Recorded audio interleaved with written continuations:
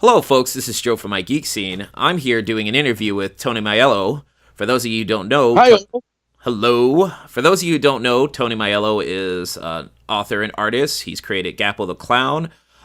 He owns Rocket Ink Studios, and one of his upcoming comics, definitely books, is Odd Tales from the Curio Shop. So, how are you doing today, sir? I'm doing great. All right, most excellent. I'm finally glad to do an interview with you. It's been a long time coming, and just looking, doing research into you. You've done so much stuff, and it's mind blowing.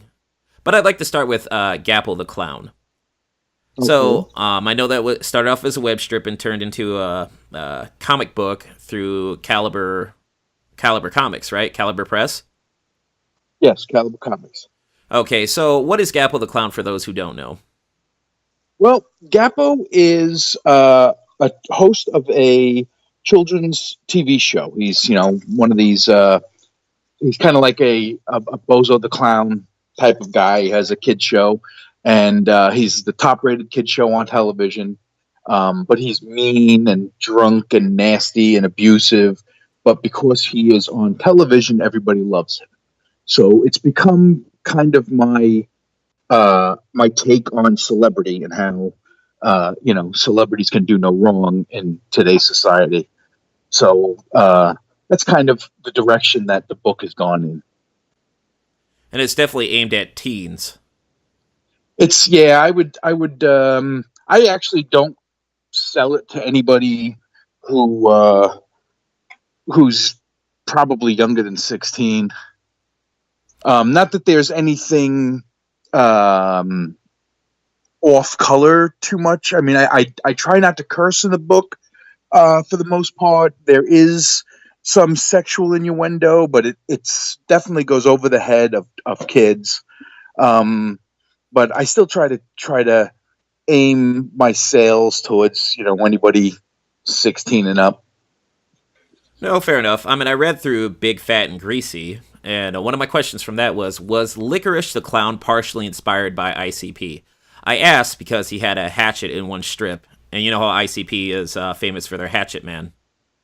You know what? I know very little, if anything at all, about ICP. So no, he wasn't inspired by ICP. He was. It was just a dopey idea I had. I think the hatchet was probably just something I drew just to give him something to hold or whatnot. No, I mean, that's fair. I mean, he was a horrible person, but it was hilarious, like the interactions between the whole cast and Licorice. And since you've been, obviously, this is geared more towards adults and teens, has there been a strip that you felt went too far? Or has there been any backlash over certain strips?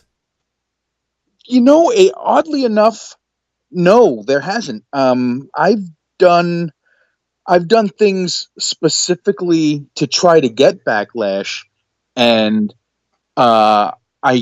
people either didn't see it or they kind of just took it as a joke, like it was meant. So, in the second volume of Gapo, I actually put him in blackface. Whoa, I didn't read that one. Yeah, well, wow. the whole thing is they make reference to like old timey comedy, and so Gapo hires old vaudevillian makeup artist to work on him, and she puts him in blackface, and so he doesn't think anything of it because he thinks this is what people want.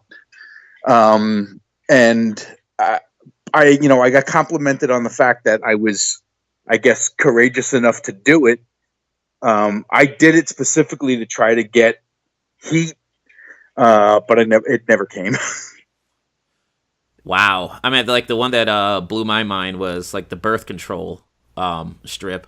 Yeah. And I was like, wow, I cannot believe that this dude just did this. I mean, it fit with the comic strip. Huh.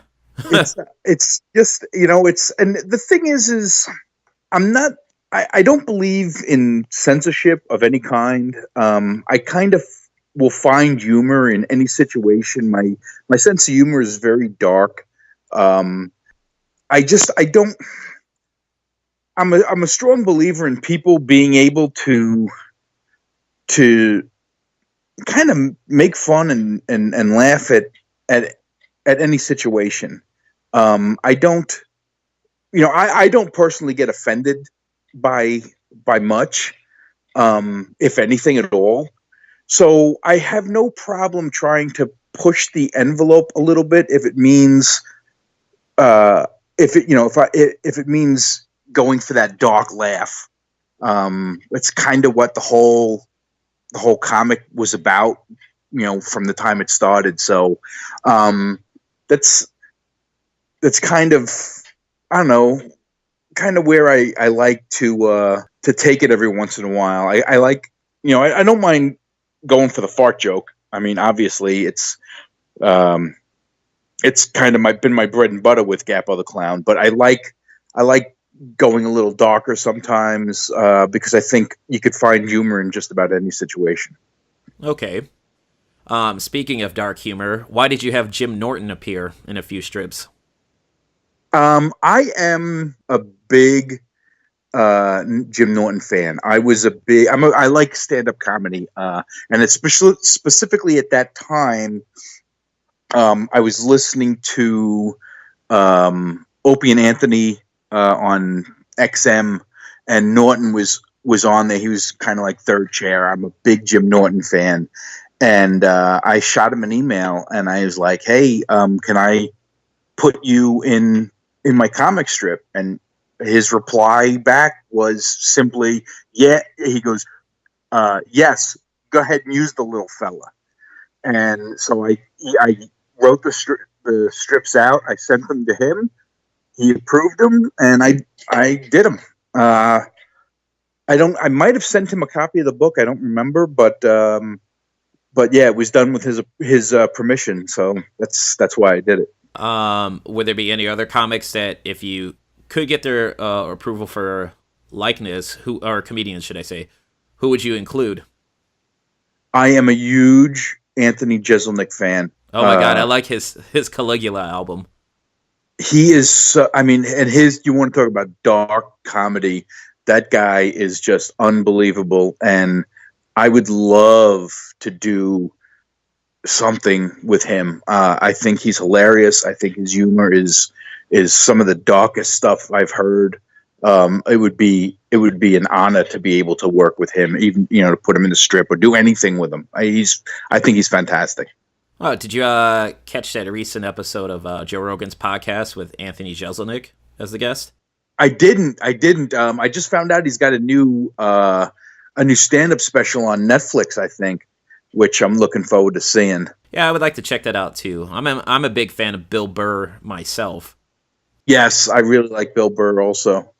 I mean, oddly enough, before I contacted you today, I was playing the Bill Burr versus Philadelphia video where he just went on. Oh my God, yeah. I play that multiple times throughout the year. It's legendary in my book. The fact that it's brutal. He could turn a crowd that was initially against him on his side. I mean, I just like the fact that he just didn't care.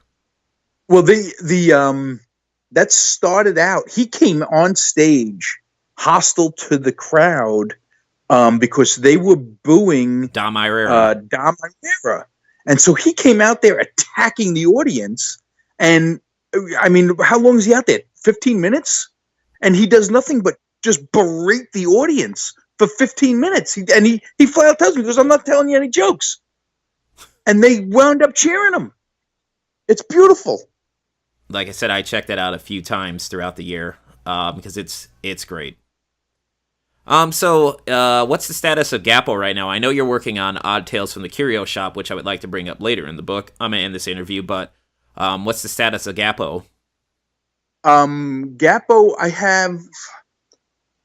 I still have some strips that I had not published. I had done for the web that I had not published yet. So I have to have a storyline there that I have to wrap up, and then I probably have to do another I think 50 or 60 strips, and then I'll put out a volume 3 of the book, and that'll probably happen sometime this year.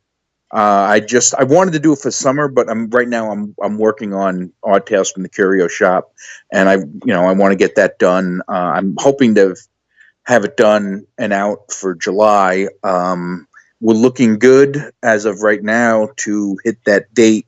But God, you don't know what's going to happen. I might hit some snags with printing or whatnot. And as a matter of fact, I'm also finishing up some work for another graphic novel called Gunslingers that we'll be releasing in time for Cherry Capital Comic Con Memorial Day weekend. So everything else is kind of taking a backseat right now while I finish up Gunslingers with my partner Bill Bukowski.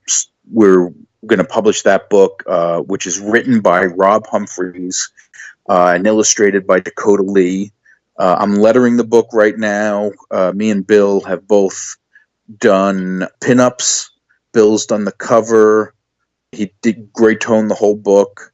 So we're right now we're trying to get that finished so we could send that to the printer hopefully by the end of next week, so we could have it in time for Cherry Capital Comic Con. Excellent.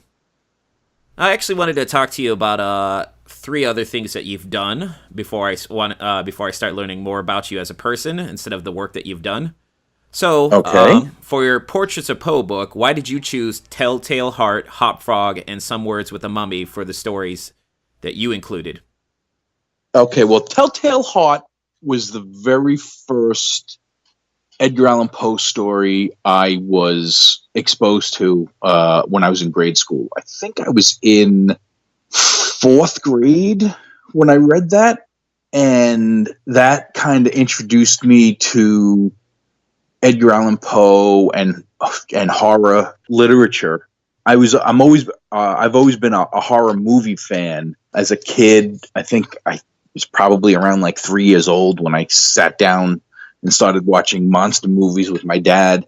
And ever since then, I've been hooked. I mean, I can't get enough horror movies, TV, books, comics, whatever it is. But Telltale Heart was when I realized that people wrote books or stories other than, the stuff that they used to make you read about, about historical figures or whatever from school. Because when I was a kid, I mostly read comic books. If it wasn't for comic books, I probably wouldn't have learned to read. I was very resistant as a child to reading, and mostly because, I know I'm going off on a tangent here, but this has been like the whole thing that's defined my life is I don't like people telling me what to do in any situation. And so even as a child in school, when they were telling me you have to read this or you have to do that, I was very resistant. I didn't want to do it simply because I was being told to do it. And so reading became very laborious for me because I didn't want to do it because they were making me do it. But when I discovered comic books, I wanted to learn how to read so I could read the comics. And then the Telltale Heart was the first thing I was told to read in school that I actually enjoyed and wanted to read. And that's, my first introduction to Edgar Allan Poe. And then I sought out more things on my own. So that's why I chose Telltale Heart. Hop Frog I chose because I liked the story of the little guy who had just been, picked on. It's kind of like an anti-bullying thing. This guy, it's a vengeance story. He gets to get vengeance on all these jackasses that had been picking on him his whole life. I always liked things like that. I mean, as a child, it's funny, when I was real little, I was a lot smaller than everybody, and I was bullied probably up until 6th grade. 6th grade came, and that summer I had my growth spurt, and I came back to school, and all of a sudden I was the biggest kid in class.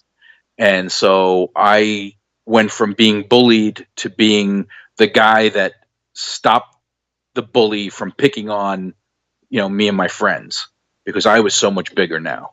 So I always, that whole getting revenge on the bully thing is something I always identified with. So that's probably why I picked Hop Frog. And Conversations with Mummy I chose just because I thought it was an interesting story. I like the idea of this mummy. Again, this is something that was in my head more than was in the story, but I like the idea that they find this mummy who was alive after thousands of years of wrapped up and being stuck in the earth.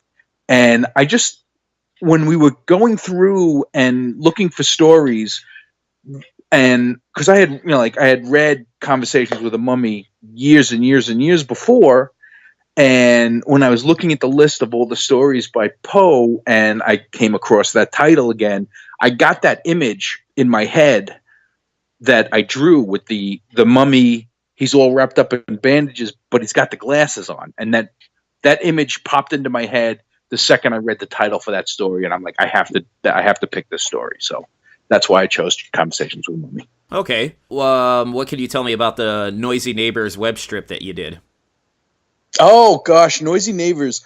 Noisy Neighbors was my first attempt at really tackling a project for the masses. That strip came about. I was in a car ride to, I believe, the Toronto Comic-Con, and I was emailing an editor from Metro Times here in Detroit, and they wanted a comic strip, and I came up with that whole concept while sitting in the back seat of this car, emailing this editor, and I pitched the idea through email, and it just came about. I mean, literally, it was a half-hour rambling conversation I was having while trying to, with the guys I was traveling with, trying to figure out what type of comic strip should I pitch this guy, and it literally was. The whole concept was birthed in a 30-minute email conversation, and so I started doing it for Metro Times, and they were running it. They were going to run the strip. The initial plan was for them to run the strip weekly. It was supposed to be an open-ended contract. My plan was to do the strip and publish. Once I have so many strips compiled, I'd publish books, compilations of it.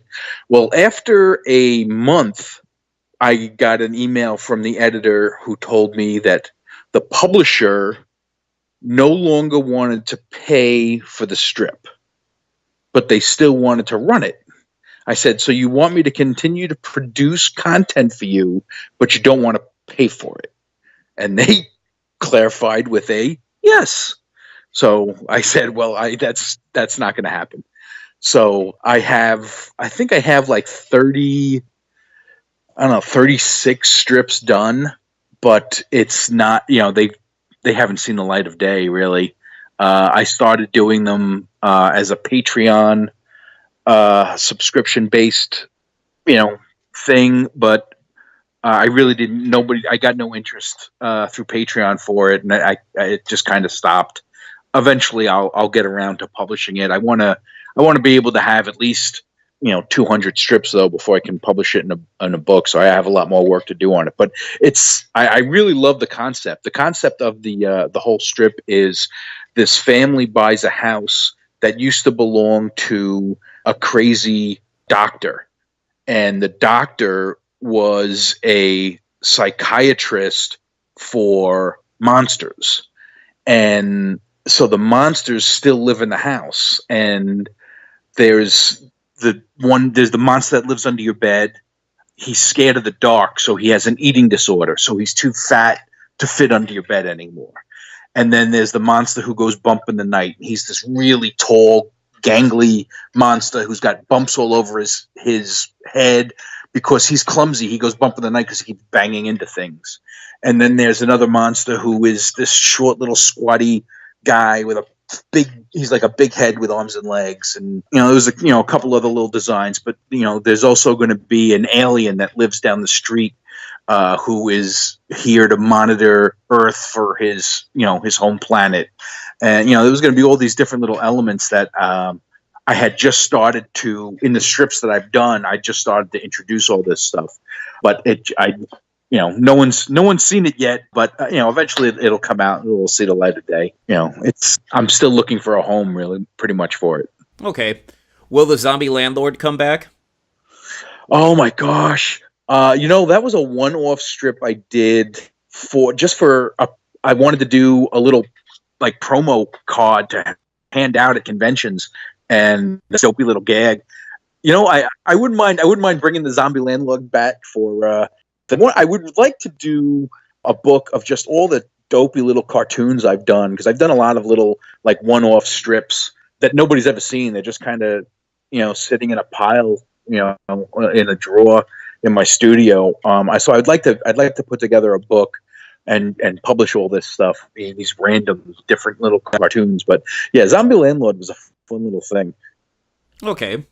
So now I wanted to start learning more about you as a person. Obviously, Gapo was a comedy series. So comedic influences, was it some of the folks that you mentioned earlier, like Jim Norton and Anthony Jeselnik, or were there other folks or particular things? I think most of my comedic influences came from cartoons, really. I mean, the biggest comedic influence I had, especially as a kid, was Bugs Bunny. I would sit and watch hours and hours and hours of cartoons.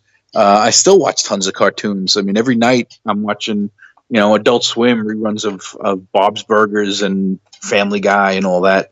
So, I mean, my first exposure to comedy was Bugs Bunny. When you're a kid, you're watching TV with your folks. My family always watched sitcoms, so I've always watched a lot of sitcoms from the time I was little to even now. So I didn't really get into stand-up comedy until I was probably not until college, really. Well, no, that's not true, because in high school we used to pass around cassette tapes of John Valby. And if you don't know who he is, I guess he's kind of like a Weird Al Yankovic. He would take popular songs and do parodies of them, but all his parodies are they're raunchy and dirty, and it was just hilarious. You're a high school kid, just find all that stuff hilarious. So we would listen to these tapes all the time. And so that, I guess, was my first real exposure to stand-up comedy. And then, later on, when I got older, after college, me and my buddies would go to Governor's in New York and, a couple other the comedy clubs. And we'd go there on a Friday or Saturday night and just see whoever. I really started to enjoy stand-up comedy. And now it's anybody who is dark and has that little undercurrent of evil in their comedy. I just love them. So, favorite comic strips while growing up? I loved Calvin and Hobbes. That was the end all beat all of comic strips. The alpha and the omega of comic strips was Bill Watterson's Calvin and Hobbes. It just didn't get any better than that. After that, it was Bloom County, Zitz. I really, really liked Zitz. Leo, Lio was the strip. That was a very dark type of comic strip. It was this little boy who just would run into all sorts of weird, crazy things. That's something I really enjoyed. Those are the ones that really stand out. I mean, I read, Peanuts and Hagar the Horrible. I read all the classics. I enjoyed them.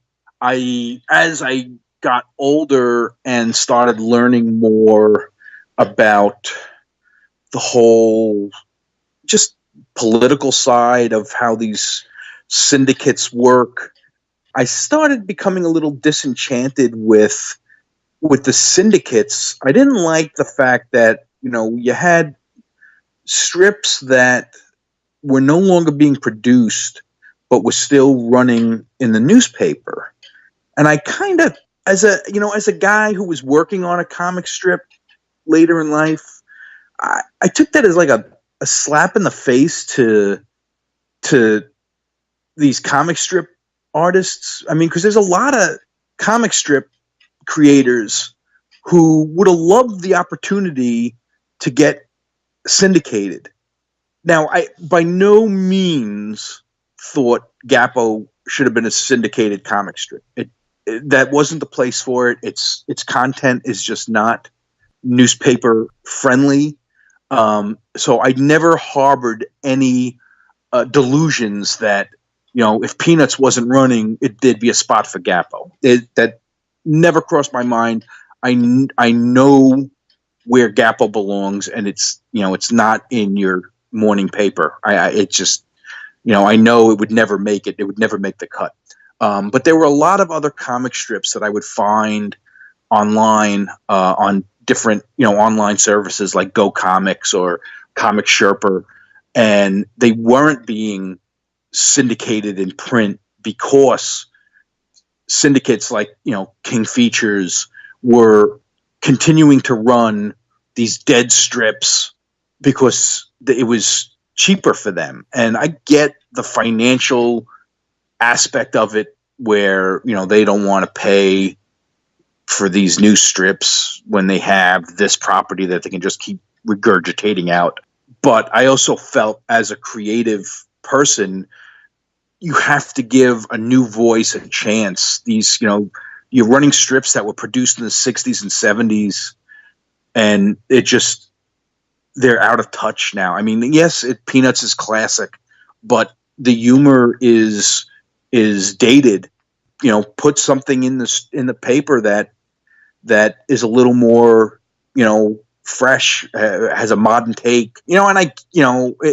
They say, people don't read the comics anymore, and the comic pages is, it's pointless. But whenever I pick up a newspaper, the first thing I do is read the comic section. It's the first thing I look for is comics. I mean, maybe that's just me. Maybe it's my creative optimism to hope that there's still a place in the world for printed comic strips and newspapers.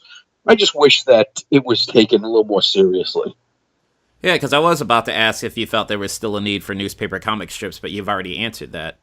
Yeah, I think there's always a place for printed comics. I mean, you get so much out of that, that 3 or 4 panel strip. Guys are being humorous, they're being satirical, they're making observations in modern life and political life, and just what's going on in the world, and they're giving people a different perspective, and they're giving people something different than what they're reading in these articles. It's just, there's so much can be offered through the comics pages, and it also gives the newspaper or gives people who wouldn't normally just read a newspaper another reason to pick it up. So, and it's just, like I said, maybe it's my eternal creative optimism, but I would love to be able to see, another big comic section in papers again. I miss it. That was I guess that was my first introduction to comics when I was a young kid, because I would always read the daily strips whenever my parents had it, but I always looked forward to Sunday, where it was, at least when I was growing up in the 80s, it was like 4 pages worth of comic strips. And I'd always... Large too. Yeah, and I would always read them in the order of least favorite to favorite comic, I mean, I can proudly say that I own the entire Calvin and Hobbes collection along with the Far Side collection. And recently... Far Side, that's another one. I forgot all about them. I love Far Side. Gary Larson was pretty cool. I would love to meet him. I would love to meet Bill Watterson too, but I'm not ever going to hold my breath for that. Yeah, no, as much as we want to meet Bill Watterson, he doesn't want to meet any of us. But you know what? There's something that could be said about that, though, because like you mentioned earlier, that these syndicates are regurgitating strips over and over and over again. When Calvin and Hobbes was done, after I guess the contract ran up, it was done. He stopped. He hung it up, and he wouldn't let them continue to re-air it. And I even heard stories of him going in front of the National Cartoonist Society and at their annual gatherings and giving speeches, telling these older guys, you have to step aside. Your time is finished. Let new creators come in and have that spot. From what I understand, he lives somewhere in Ohio, and he paints watercolor portraits, landscapes and things like that now. Yeah, that's what I heard too. I mean, my most recent exposure to him is, and it actually goes in my next question, have you ever seen the Stripped documentary? Yes. I remember finding that. I think it was a Indiegogo when they were raising money to put that together, and I contributed because I wanted to be able to get a copy of the DVD because I didn't want to miss it. Yeah, I have the DVD, Netflix, and I have the deluxe edition with. I have it sitting in my collection. As a matter of fact, I could probably see where it is. So nice. But yeah, I loved it. I enjoyed it too. I mean, it was actually kind of sad at points, seeing like where the comic strip were. I mean, I enjoyed the history of comic strips, but then like where the industry was going and stuff. And I got it initially because Bill Watterson was doing like voiceover for it. But I bought the deluxe edition with the 26 additional hours of footage. Oh my gosh, really? I didn't even know that was offered. Yeah, well, at the time when I purchased the whole thing, it was $65. Now you can get the whole thing for like probably $20, including all of that stuff included. So. Oh, they looks like they made a sucker out of a lot of people. Yeah, well, I guess good things come to those who wait too, I guess.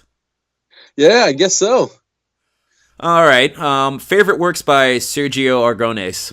Oh, man. Truthfully, some of my favorite Argones stuff was all the little cartoons that he would do for the margins of Mad Magazine. Yes. I mean, I love Gru the Wanderer, but those little cartoons are just genius.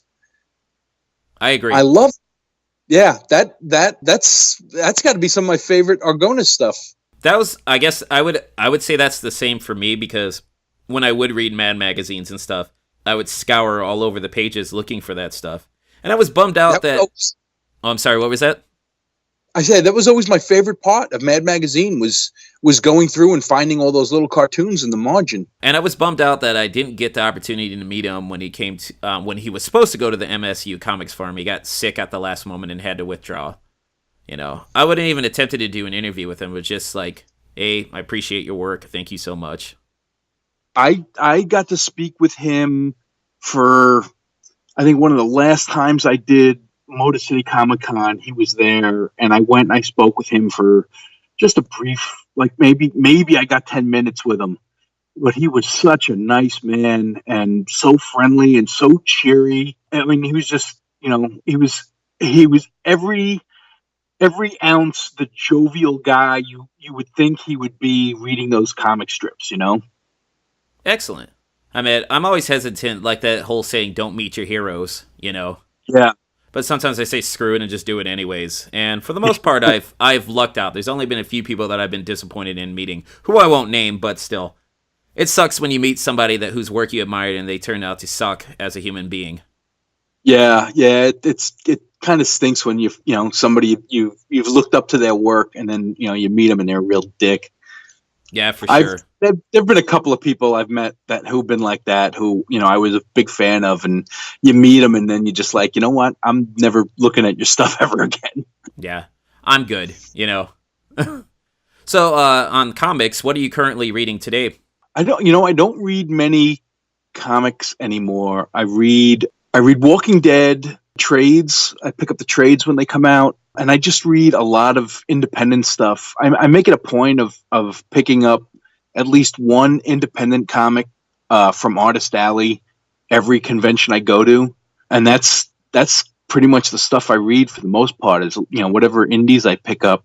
I don't read mainstream comics anymore. I am a huge Spider-Man fan, and Marvel kind of destroyed the stories so bad that I couldn't even read them anymore, and I was like one of the last of my friends still reading mainstream comics, and it just got to the point where I was just like, you know what, this is just getting silly, and I gave up reading Marvel or DC books oh gosh, maybe 5 to 6 years ago. So now it's all indie stuff, but I couldn't really name anything. I don't read any one book consistently. It's a lot of stuff that I just pick up in my travels. Okay. Do you read manga? No, I don't read manga at all. Okay, well, so much for that topic. All right. Favorite Iron Maiden albums? Wow. Oh man. The bad thing about this is I am terrible with names. So I don't remember names of albums. I'm more of a Black Sabbath guy. Okay. Than Iron Maiden. I mean, I'm a big metalhead. My Sabbath is my go-to in that area. Paranoid, one of my favorite songs. I really like Fairies Wear Boots for some reason. I don't know why. There's just something about the hook in that song that kind of gets my foot tapping. But I listen to a lot of Black Sabbath on like Spotify or Pandora or whatever whatever I'm using when I'm drawing. I listen to two things when I'm doing art. I listen to Black Sabbath and Motorhead. I interchange those two, or I listen to Jay Giles Band.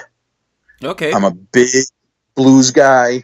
I love bluesy rock, and I listen to tons of Jay Giles Band when I'm drawing. It's one of my go-to bands, and I don't know why it has to be a certain, like when I'm at my drawing table, it has to be Jay Giles Band, Black Sabbath, or Motorhead. It has to be. And those are the only three bands I listen to when I'm doing art. All right, nice. Best concert you've been to, or concerts? Wow. Best concerts I've been to. I would have to say, in no particular order, Garth Brooks at Central Park, Rolling Stones at Shea Stadium, Billy Joel at Yankee Stadium, and Kiss at the Hammerstein Ballroom during a record release concert that I don't even remember how I got tickets. I don't remember if I won them or I bought them, but it was a small little venue in New York. Oh, I'm familiar with the Hammerstein Ballroom because of ECW back in the day. Right. So it was this, small ballroom, and you're like right on top of the stage. The stage was maybe 2 feet off the ground, and you were able to get right up to the stage. It was awesome. It was great. And they did a full set. They played for 2 hours in this tiny little venue. It was amazing. And then, of course, probably when they did their reunion tour with the original members in the makeup, seeing them, I saw them at all the area arenas in New York. So I saw them, 4 times, and those shows kind of blew me away. I'm a big Kiss fan from way back. My first album was Kiss Double Platinum back in '77, I think. Nice. So I've been a fan my whole life. What's the worst concert you've been to? Worst concert? Probably Rat at Nassau Coliseum. It was... I'm trying to remember the album. It was after their big... They had that album that was like their breakout album. You mean the one with Round and Round on it? And then their follow-up album to that. It was just... The concert was so loud that you couldn't distinguish one song from the next. It was, they were trying to be a band live that they just weren't, and they were too loud. And then the drummer was using this like electronic synthesized drum set, which kind of overpowered every other instrument in the band. It was horrible concert. What would be a dream concert for you? For like, if you can go back in time for like any band and witness.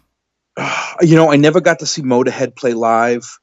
The one time, man, I would have loved to have seen Lemmy. I had tickets to see Motorhead at the Fillmore, and my wife was going away on a business trip to Grand Rapids, and it was the same weekend, and she wanted me to go with her. So I gave my tickets to my buddy John Marroquin, and he went. He got to see Motorhead's last concert in Detroit. I sadly did not. I got to see them at the Orbit Room in Grand Rapids years ago. Oh, wow. God, I would have loved to have seen them. I would love, as a fan of the 80s and 90s hair metal, I would love to see a show. My bill would be from opener to closer, Faster Pussycat, Kicks, and Cinderella. Nobody's fool. Nice. Have you ever seen Steel Panther? No, I haven't. I think that band would be up your alley, sir. I've heard a lot about them. I don't know if I've ever heard them before, though. Oh my god! If you like hair metal bands, Steel Panther is pretty much, they are a hair metal band like today, and like right. I always got the impression that they were kind of a parody band, that they weren't serious. They were kind of jokish. Oh, they are jokish. I've seen them at least twice. They have 4 albums. It's solid. It's very solid. I think you should definitely check out Steel Panther. Yeah, I'll definitely have to check them out. I would recommend it. And even going and seeing them in concert. They're hilarious. I'll definitely check them. All right. I wanted to talk to you about a subject that we both love. Pro wrestling. Ah, yes. So what draws you to pro wrestling? I was a big wrestling fan as a kid. WWF back in the day. I liked it because it was like watching live action comic books. That's, you had the colorful superhero characters fighting the villains, and it was comic books come to life. When on the tail end of the Attitude Era is when I got out of it. They started getting a little too, I guess, raunchy in their storylines. They were concentrating more on the salacious elements instead of just trying to be entertaining and tell good stories with the guys, with the wrestlers. And so I had gotten out of it then. Then about 5 years ago, some friends of mine dragged me out to a local wrestling show of XICW wrestling here in Michigan. These guys were just stellar in the ring, and they told stories with their matches, and the psychology of wrestling that I liked, I enjoyed as a kid. They were doing all this stuff, and I just kind of got drawn back into it with that. And since then, now I work with XICW promoting a show every year. A bigger indie show with all the XICW guys. It's called The Warriors Rampage, and it's going to be held at the Crowfoot in Pontiac on August 17th. I was just there this past Saturday, actually, in the Pike Room upstairs. I went to a nerdcore hip-hop show, and I conducted an interview with one of the artists before the show started, so it was a good time. I've been there for a few, I think that was my second time there. The first time I ever went to the Pike Room, I know it's off topic, but the first time I ever went to the Pike Room was to go see this drone band called Sun, and I don't know if you're familiar with them, but it's just like waves of sound that you can just hear, like, definitely outside. And downstairs in the Crowfoot was like this 2-piece acoustic duo singing like love bands, and I can guarantee they were getting drowned out by Sun every time they just struck a chord. It was hilarious. Oh my god. So, favorite wrestlers of all time, sir? Oh, gosh. My all-time favorite wrestler is Mick Foley as Cactus Jack. I loved how he just sacrificed himself for his gimmick. Macho Man, Ricky the Dragon Steamboat, 2 of the best ever as far as, storytelling in the ring and technical expertise. Jake the Snake Roberts for just the psych character, some of the best promos in the business ever. In circuit right now, there are guys, the Death Threat Army. These guys are technically amazing, nation of technical wrestling and some high flying acrobatic, and their promos are getting better and better. These guys are destined to be signed by a big company someday. MM3 is doing some amazing stuff. His character development and his in-ring ability is just amazing. There's just, there's so many different aspects. People think, oh, wrestling's fake. It's not fake. It's predetermined. These guys are just gifted athletically, but on top of the athleticism, they're trying to tell a story with the match. And it's, anybody who's a comic book fan, you read the comic not just for the character, but for the story, and the story that these guys are able to tell in the ring with how they build the match and the back and forth of the action is really, it takes a lot of skill and a lot of talent. And when it's done right, it's really something else. And I mean, you want to see just probably one of the greatest matches of all time, Randy Macho Man Savage, Ricky the Dragon Steamboat from WrestleMania 3 right here at the Silverdome. I mean, that match was amazing. I mean, it's considered one of the best matches of all time. You want to talk about telling a story and the psychology of the in-ring work. That's textbook right there. Nice. Which wrestlers would you like to meet that you haven't yet? I'd like to meet Hulk Hogan. I'd love to sit down and talk to DDP. I find his life, just the course of his life and career, I find it very inspiring. I'd love to be able to just talk to him about his path. Who else would I like to meet? Gosh, I don't know. I'd like to meet Jerry Lynn. Oh yeah, you want to talk about somebody who's had a wild career? Yeah, Jerry Lynn was something else.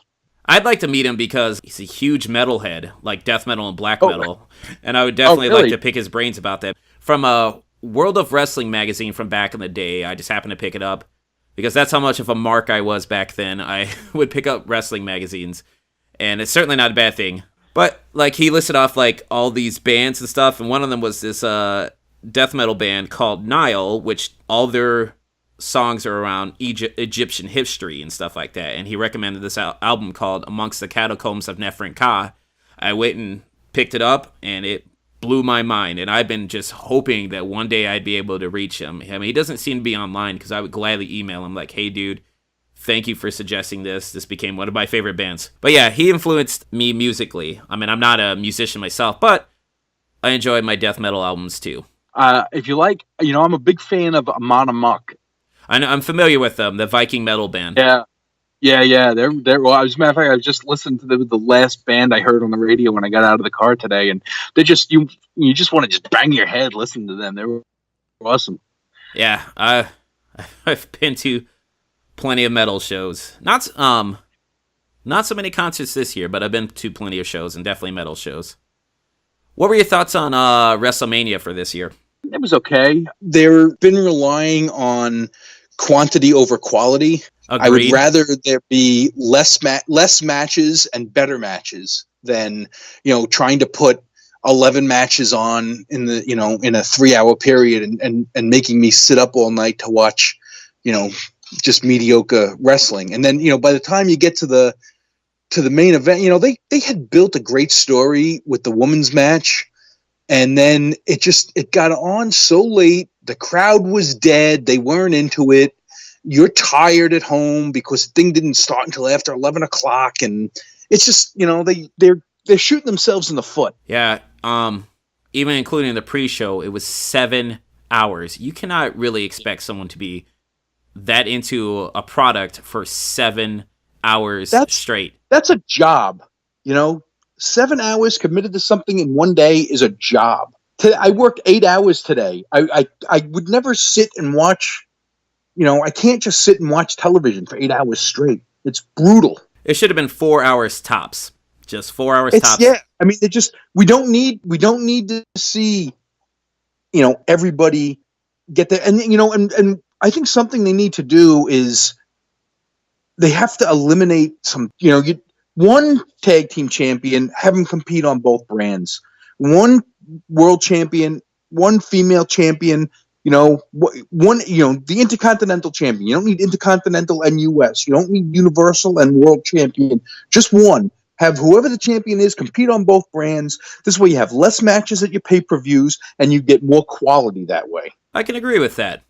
But the one thing that the WWE is doing right is NXT, because I feel like their takeover pay-per-views have been consistently better than any of the main brand pay-per-views. NXT is head and shoulders superior to the WWE product. Head and shoulders. I mean, it's sad. I mean, I think what NXT for this year, meant for takeover, what was it? Either 4 or 5 matches tops, and that was it. Yeah, and so you had quality matches, and they didn't go on all night long. I know you mentioned the Indie League earlier, but do you venture into ROH, PWG, Chikara, or New Japan Pro Wrestling? Yes, I watch New Japan pretty religiously. I watch Ring of Honor. I try to watch Impact, but their TV deal stinks. I'm not a guy that watches TV on his computer. So, I don't see, they do this thing on Twitch, which I don't understand just because I'm old. And so I don't really, I get to watch, I watch highlights from Impact. But yeah, I'm a fan. I like the storytelling. I like the character development. So I'll watch, it doesn't have to be, WWE or whatever. I'll watch any wrestling. I just want to see good. I want to see a good product. It's just like anything else. I'll watch just about any movie. I just want to watch a good movie. I'll watch any TV show. I want to watch a good TV show. It's, if I'm committing my time to it, my time is valuable to me. I want to watch quality. Excellent. I'm actually going to go see Ring of Honor coming up pretty soon in Grand Rapids at the Deltaplex. Yeah. I saw Ring of Honor at the Dearborn Expo Center a couple of years ago, and they put on a really good show. They just need to find a way to get into actual arenas so that this way the seating is better. Yeah, I have 70 Ring of Honor DVDs, and I mean the old school ones, before they went over to Sinclair Broadcast, the Sinclair Network. Yeah, I used to be a huge Ring of Honor fan back in the day. I kind of fell out once they switched to the TV deal. And it's, I want them to get more exposure, more fans and stuff like that. It's just like, honestly, when I looked at the card for this upcoming weekend, I have no idea who the majority of the people are on there. And you know what? That's actually probably a good thing, because maybe I can be won over to someone new that I wasn't familiar with in the first place. Yeah, they have a lot of good young talent in there now. And then, they found themselves in a position where, they lost the Young Bucks and Cody Rhodes and, a bunch of guys to AEW. This all elite wrestling that's going to start up. Yeah. So they're in a position where they have to cultivate young talent. So it gives them the chance to kind of build their own stars, and it gives us as fans a chance to see guys that we wouldn't normally get to see. So it's exciting watching Ring of Honor now, because you don't know where they're going to go with the stories. You don't know who's going to win. The Young Bucks would always win, and it's so it's now you don't know what's going to happen. They got this guy. He's a luchador. His name is Bandito. Guy is amazing. The stuff he does in the ring, it's just unbelievable. He's quickly becoming one of my favorite guys in Ring of Honor. Nice. I've heard of him, but I haven't seen him wrestle, so I guess I'm going to have to relook at the card. Hopefully I'll get the opportunity to see him this upcoming weekend. Yeah, my first exposure to him was at All In last year. Nice. And I said, this guy is going to be somebody good. And he is. He's really taken Ring of Honor by storm. So as we're wrapping this up, I wanted to talk about 2 last things. One, your latest podcast, Two Cynical A-Holes, and Odd Tales from the Curio Shop, just a little bit more on that. So what can you tell me about your podcast? Well, me and my studio partner, Bill Pukowski, we started this podcast called Two Cynical A-Holes, and it's basically 2 cynical A-holes talking about pop culture. We don't pull any punches. We're not trying to be politically correct or superficially nice. We kind of call it as we see it. We let it all out there, let it all hang out. So we cover things that we enjoy, like Avengers Endgame. We did a podcast on right after we saw it in theaters. Big topic of discussion called Game of Thrones. Then we'll also talk about different news articles that we find, like the scientists who genetically engineered a pair of twins who their parents or the father had AIDS, and the scientist engineered these babies so they can't catch AIDS. And so this CRISPR. is something we yeah. So that's something we discussed. So, we talk about a variety of different things. At the end of the day, we just want to have fun with it. So, Yeah, after listening to your first episode, it made me want to check out Hellboy. I haven't seen the movie yet, but I'm interested in checking it out because I've just it's a recently fun finished all the movie. comics. Yeah, if you're a fan of the comic, you'll like this movie. It's really entertaining and really loyal to the source material. And you mentioned earlier in this interview Odd Tales from the Curio Shop. What is the comic about? Well, the comic is about a curio shop that this mysterious shopkeeper presides over, and the reader is the customer who happens to walk in, and the shopkeeper is played by Brian O'Halloran, Dante from Clerks, and he is showing the reader these different items in the store, and as he shows him a different item, you get the tale about that item. So, there'll be 6 different stories in the graphic novel, and each story is about a different oddity from the shop. And so, as the reader to the store, he's drawn to one object, and the shopkeeper, points it out and begins to tell the tale of that object, and then from there it moves on to the next one. Okay. I'm going to actually help kickstart that. Oh, did you? Awesome, thank you. Yeah, no problem. I like helping out local artists and people that are nice to me too. And so I was that's an easy buy right there. Yeah, I was happy to have the successful Kickstarter. It was my first endeavor putting one of those together. Contributed to a bunch of them.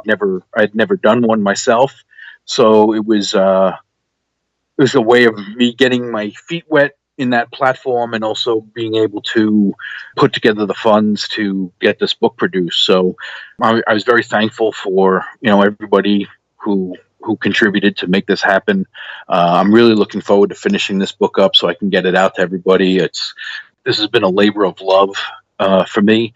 The concept is something I put together 4 years ago, I think, is when we started work on it initially. And it was something that I spoke with Gary Reed about doing before he passed. And we are lucky enough to have a story that he wrote. This is going to be his last published work.